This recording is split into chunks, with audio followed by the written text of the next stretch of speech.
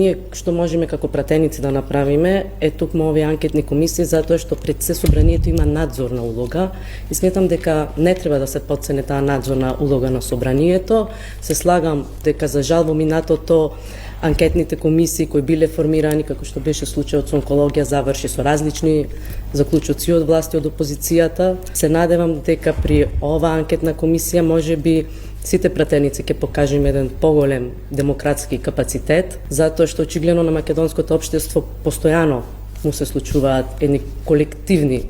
порази, би рекла, и се надевам дека конечно ќе извлечиме една лекција и ние не смееме собранието да го гледаме само како тело за извршна власт на извршната власт, би рекла. Напротив, значи собранието и според уставот е единствено тело кое може да врши надзор над извршната власт и апсолутно сметам дека не треба да ја потцениме таа улога на собранието и јас се надевам дека преку овие анкетни комисии ние пред се ќе ги лоцираме оние системски пропусти за кои постојано говориме дека довеле до оваа трагедија. Тие системски пропусти се во одредени погрешни законски решенија, во лоши правилници и сметам дека тука е нашата пред се на сите пратеници политичка одговорност, ние што побрзо да иницираме измени, системски измени во законската регулатива кои ќе превенираат војнина да не Ќе зборуваме што може да